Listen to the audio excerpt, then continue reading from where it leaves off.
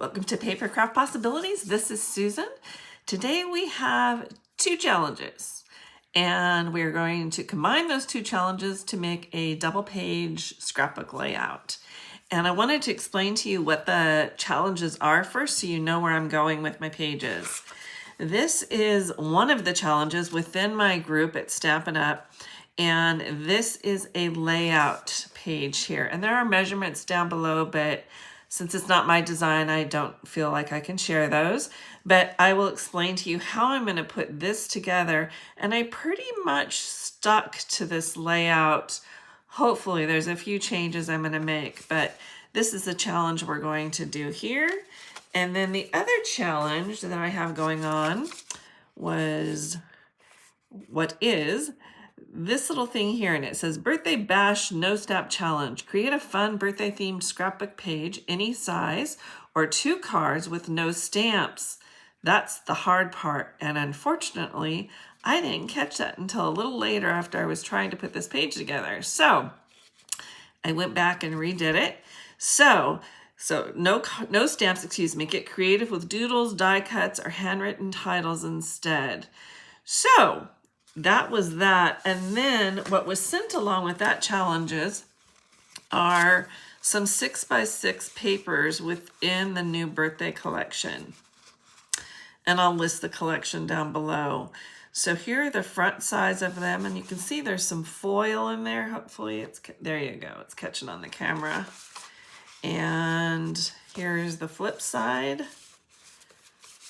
And so I've incorporated those hopefully in my layout. And then also within, hiding one of my secrets there.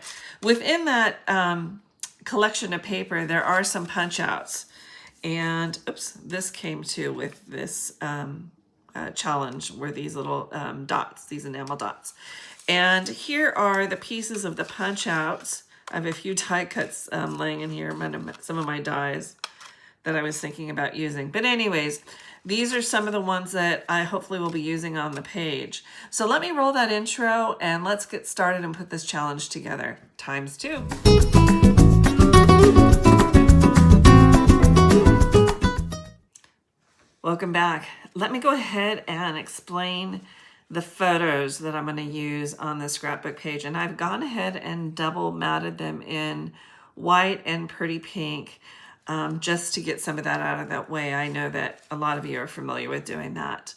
And when I saw this collection, I knew it had to be a little person in our life, her first birthday party. So those are the pictures that I am using. Look at that beautiful cake for her birthday. There she is enjoying that cake and some of the beautiful decor that her mom and her friends had put together. There she is. And then I'm going to incorporate some flip-flaps because I had a lot of pictures. And then I'm going to put some journaling here in this flip-flap, and I'll explain to you how to use these if they're new to you. If you didn't come over from close to my heart, we'll go over those real short time at the end. Here's our family that was there. There she is with yours truly. And again, this is going to be a flip-flap. That's another guy in our lives that's pretty special. And here she is. Poor thing was cutting teeth on her first birthday. And again, I can add another picture in here if I wanted to. So there are the pictures that I'm hoping to record. So let's go back to coming over here to the side of my desk, this layout. So what I'm going to do first is bring in 2 of the papers that I've cut. And although you saw that the challenge, the papers that were sent to me were 6x6s or 8x8, I'm not sure. I've come in because I had the scrapbooking kit and the 12x12 paper. So I'm going to go ahead and use those on my page. And let's see what we come up with over here. I think I wanted those up there. And I have double matted these too. I've gutted out the center of my pretty in pink. You can barely see it sticking out there. I've gutted the inside so I can use that. And then I will come in with this stripe paper. I thought it just really picked up on the colors in this birthday party really well. So the next thing I really have to do that's big on this page is you'll see that there's pieces right here. So let me cut those pieces real quick, and I'm going to go over with you what I plan to do, and hopefully this will turn out okay. So let me go cut those pieces and I'll be right back with you. So I've gone ahead and I have cut a 3" by 12" piece of cardstock from the 12 by 12 paper, which is explainable, isn't it? It's 12 inches long. Anyways, what I'm going to do is I'm going to emboss this first, and I'm going to go ahead and emboss the full length. So I wanted to show you how I'm going to do that. And what's going to happen is right at the top, you're going to have a portion that's not embossed very well because just the way I have to lay this in my embossing folder. And on the embossing folder, I am using this one, which is an eyelet 3D embossing folder. That's the title of it. And I thought the delicate floral design went really well with this, you know, all the pinks and light greens, and just was very feminine. So that's why I chose that. And again, everything will be listed below. So what I was saying is just a small portion of it won't be embossed and a small portion won't be embossed at the bottom. And then also I have found in using this in a 3D folder in my embossing machine is that this paper can get a little fragile because it's a little bit thinner.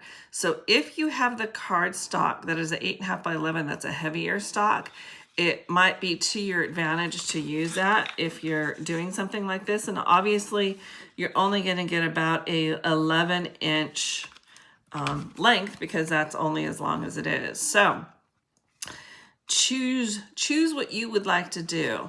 So line this up in your embossing folder. Hopefully you can see this where you want the design to fall. And it'll be important kind of that you remember that. So I'm going to run this through my embossing machine and I'll be right back. And it's your embossing / die cut machine. I don't want to confuse anyone.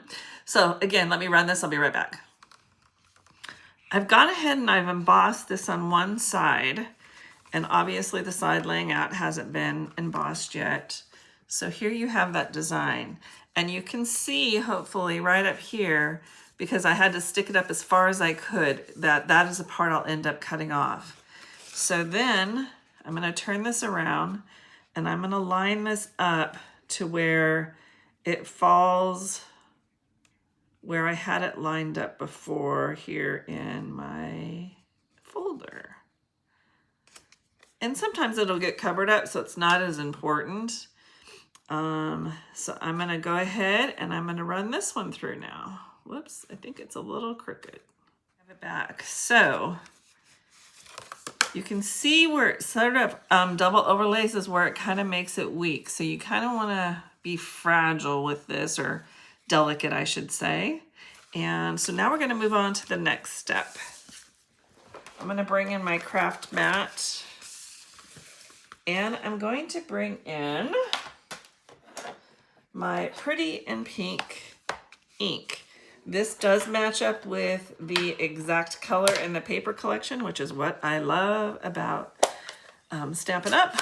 And I'm going to get myself a scratch piece of paper here.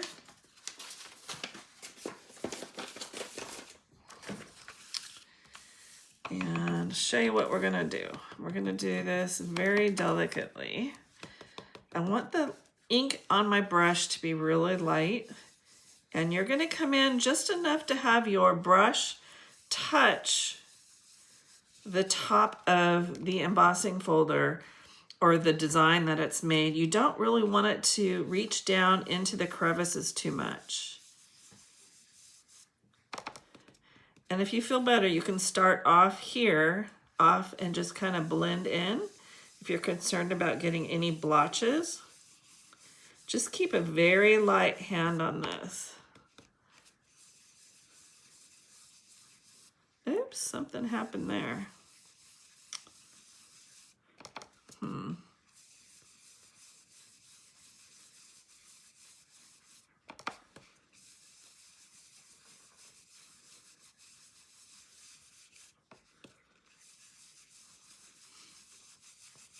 Now the other thing that you can do is if you are using the two-tone paper that Stampin' Up! Has brought in, then what you can do if you're using a dark colored paper is, I use a nail file, and you could bring this in. I'm using this as a sample.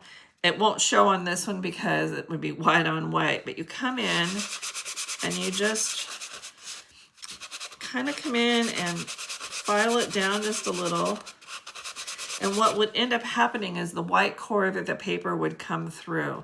So if you're doing a darker design, that's definitely a thing you could do. So let me get rid of that so it doesn't get into my ink. Let me get rid of extra ink on there. And let's bring back in our pages. And through the magic of editing, I have 2 full pieces that are done. So we're going to bring these over to each of the sides.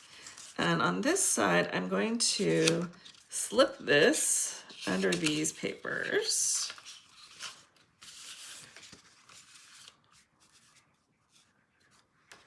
And we'll bring that over here. I may dovetail these ends. I'm not quite sure on this side. I'll have to see how that goes. So there we have that. So the next thing, if you'll remember, is I couldn't use any stamps. So what I went and I had done is I did my Cricut and I made this title. And I did a double offset here. And that blue you might think is a little bold, which I did too. And it doesn't even list it as a color in the collection, but it's there. So what I'm going to do is, I think I'm going to bring that in up here. And let me grab my pictures. They're over here somewhere. There they are. I'm going to bring in also this layout once again so you can see. I'll kind of put it up here what we're doing. So here I have a 4x4, and I think I want that down in here somewhere. And I have some 4x6s that are vertical or portrait, however you wish to say that. And we'll put that here.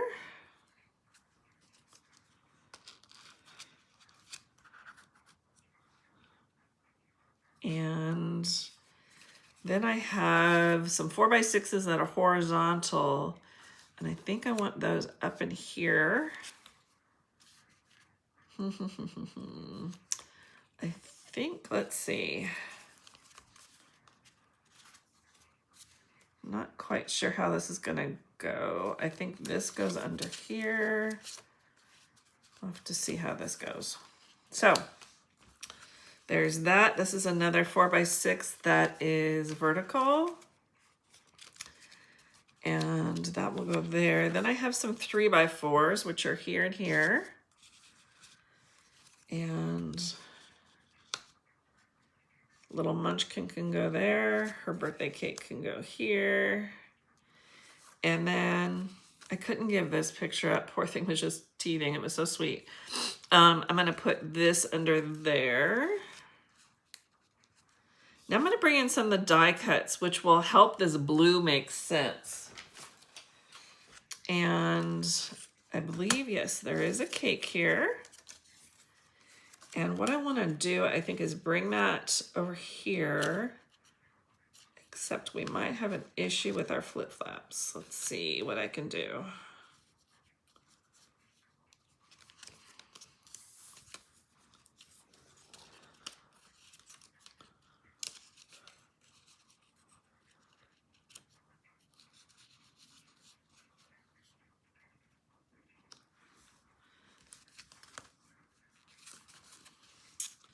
I'm wondering if I might need to make a flip flap there just to bring this in.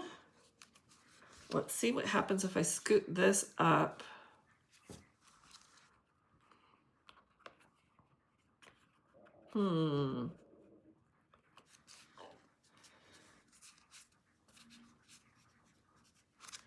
I think I can do that then. Let's, it's still tight.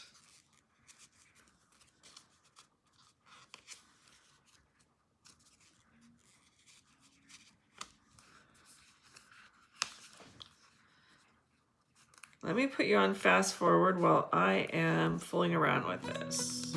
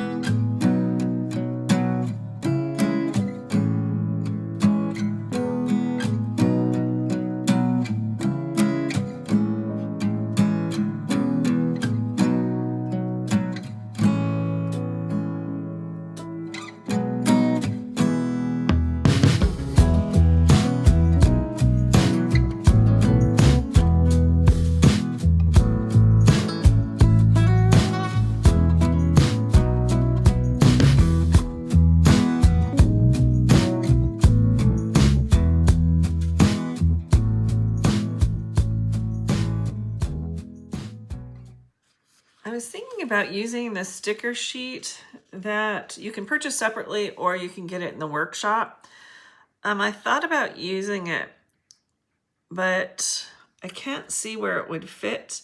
So I'm thinking about doing some soft blending with some inks, possibly here, here, or down in here. So let me show you how I do, get through the process of deciding what I want to do. So let me pull these aside for a minute, and I'm going to bring in 2 scratch pieces of paper, and I'm going to bring in the Pretty in Pink, the Blueberry Bushel, which is this blue, which I think is going to be too strong, but I'm going to try it. And I'm going to bring in the soft sea foam. And I'm going to bring in one more. I think I'm going to bring in Pool Party. Back over here at my inks, taking a look. So again, I'm trying not to stamp. I'm trying to follow the rules of, not breaking the rules is what I'm trying to say, of the challenge. My little ink thing is coming out there. I need to grab one more brush for that Pool Party. All right, so let's try this. Pool Party is really juicy, so you have to be really careful with this. When your inks are new, they are definitely a lot more juicy, so you use more caution. But if I use these inks on the page, I would want them to be very, very soft. And so there's kind of that color. Maybe I should make it a slightly deeper.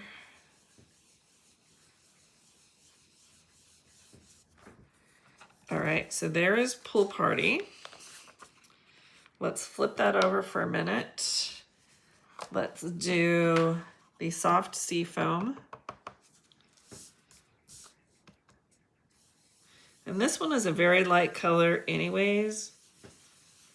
But this is the color, the soft sea foam is this color down in here.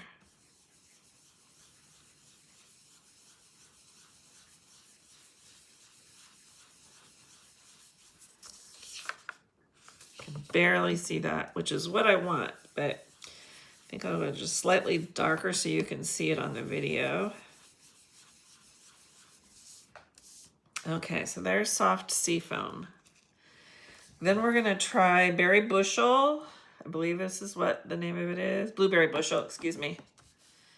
And this one, as you can see, is going to be super dark, so super light. I can already tell you that one's out. I don't like that. So let's put that away before I put my fingers in it, as I usually do, as you guys know. And I don't want this on my mat or my desk, so I'm going to flip this over. Let me get this blue off of here first. Then we're going to try Pretty in Pink. Tap off.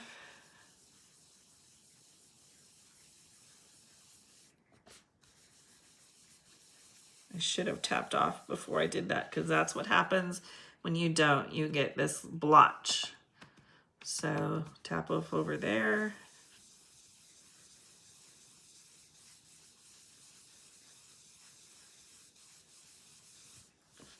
I'm thinking there might be too much pink on this page, so I might want some different contrast. So the way I do this, so I don't have to ruin my entire page. Let me make a note here first.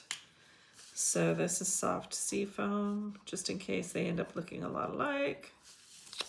Okay, so how I handle this, so I don't have to redo my whole page. Get this on screen for y'all. So this is a soft seafoam. So let me take off these little die cuts, if you will, and put some of that under there like that. Do I like that? I do, actually. So then we have the pool party, I believe is what it is, right? Yes, pool party. That one I'm not as fond of. I know it's over here on this, but it just isn't doing the trick for me.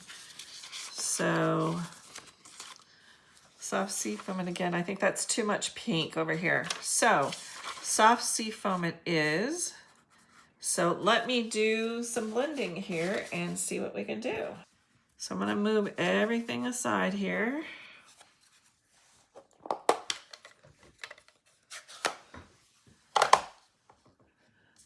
I'm gonna tap off. I'm tapping off up at the top of the screen where you can't see me.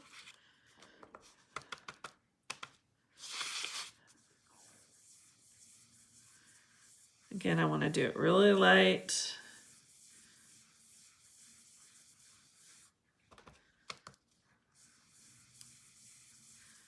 While I'm doing this, if you guys haven't taken part of the celebration sale, it's off here in just a couple more days, and it's the biggest sale of the year. So if you order $60 or more, you get free product, and then you get additional product if it's over 120.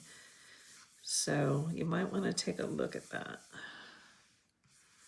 I think I have a little too much buildup down here on the left. It looks like I have some tape on here. Let me get my adhesive eraser. Something that all of us paper crafters should have in our arsenal, as I call it. Maybe the arsenal is not the greatest word these days, is it? How about if we just say tool chest? That sounds much better, Susan. Okay.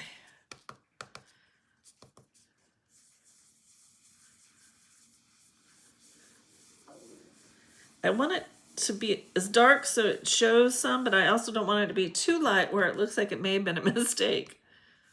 I want it to look intentional. I think we're getting there.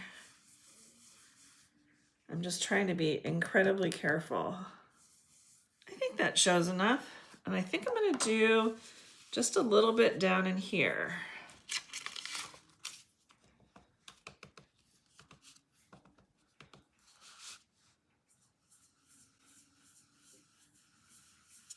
Kind of draws your eye from over here down here. I think that'll do it.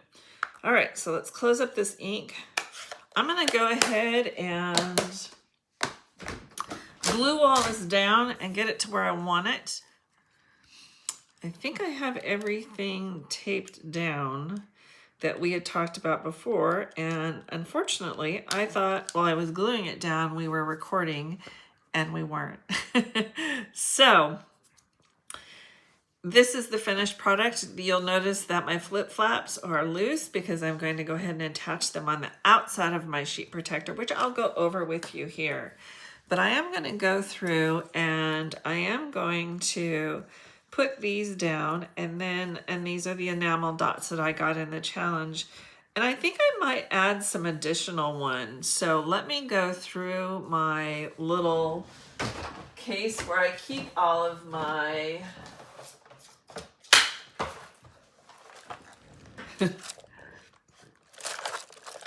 gems and see what I can come up with. Found some additional gems that I think would work. In fact, these were on or are on the celebration where you can get these for free. So take a look at those and see what you think. But these, hopefully you can see it, these are iridescent where they pick up some pinks and some purples, as do these pink ones here. So I'm thinking possibly about using these instead of these, because I have some birthday cards I can use on these. And a little bit of glitz here just seems apropos since we've got our silver or gold foiling down there. By the way, when this video is over, I'm going to bring this in and I'm going to put the name of this little one down here and the year that it was. So in future years, when people look back in the scrapbooks, if they choose to, they'll know who is in these pictures, because we all know when we grow up from our first birthday, we'll look a little different. So let me do some of this. Let's see, I think I'm gonna do, I like things kind of lined up when it comes to gem. I think it adds a little bit of spark that, you know, when they're all together, it makes a bigger difference. So let me put some up in here, which is where we did our shading.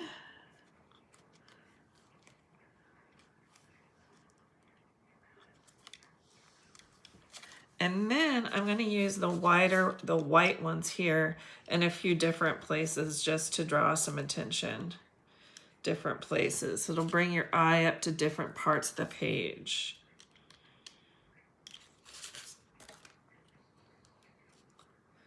Let's see, put one down there. I'll put one up in here by the flowers. If we're going to put one by those flowers, we'll put one there.